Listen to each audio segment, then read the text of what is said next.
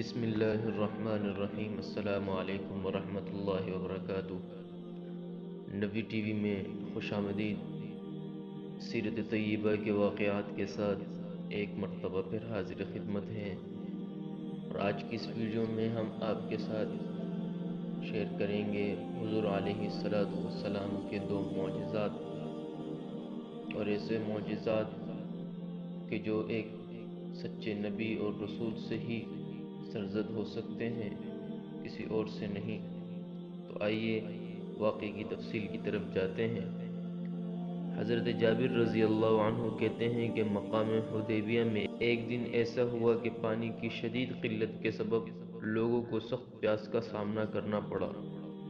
اس وقت حضرت صلی اللہ علیہ وسلم کے پاس ایک لوٹا تھا جس سے آپ نے وضو فرمایا، اور اس میں بہت تھوڑا سا پانی بچا۔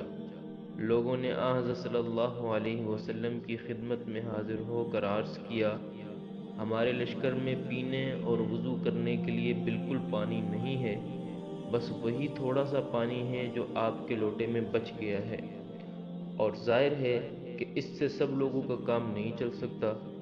آپ صلی اللہ علیہ وسلم نے یہ سن کر اپنا دست مبارک اس لوٹے کے اندر یا اس کے منہ میں ڈال دیا، اور آپ کی انگلیوں کے درمیان سے اس طرح پانی ابلنے لگا جیسے چشمے جاری ہو گئے ہوں۔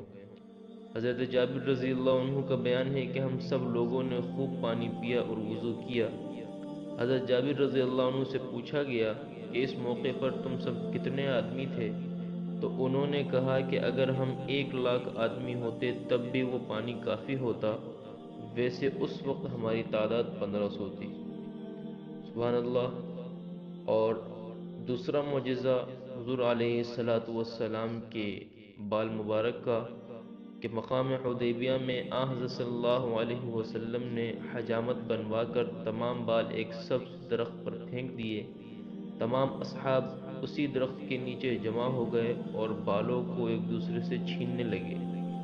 حضرت عمارہ کہتی ہیں کہ میں نے بھی چند بال حاصل کر لیے۔ حضرت صلی اللہ علیہ وسلم کے بعد جب کوئی بیمار ہوتا تو میں ان مبارک بالوں کو پانی میں ڈبو کر پانی مریض کو پلاتی تو رب العزت اسے صحت عطا کر دیتا۔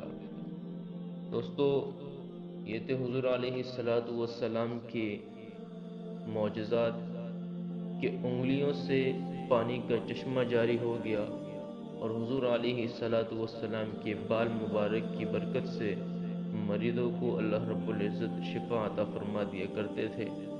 دوستو، اگر آپ کو ہماری یہ ویڈیو پسند آئی تو چینل کو لائک اور سبسکرائب کریں اور بیل آئیکن کو دبائیں، اور اس ویڈیو کو زیادہ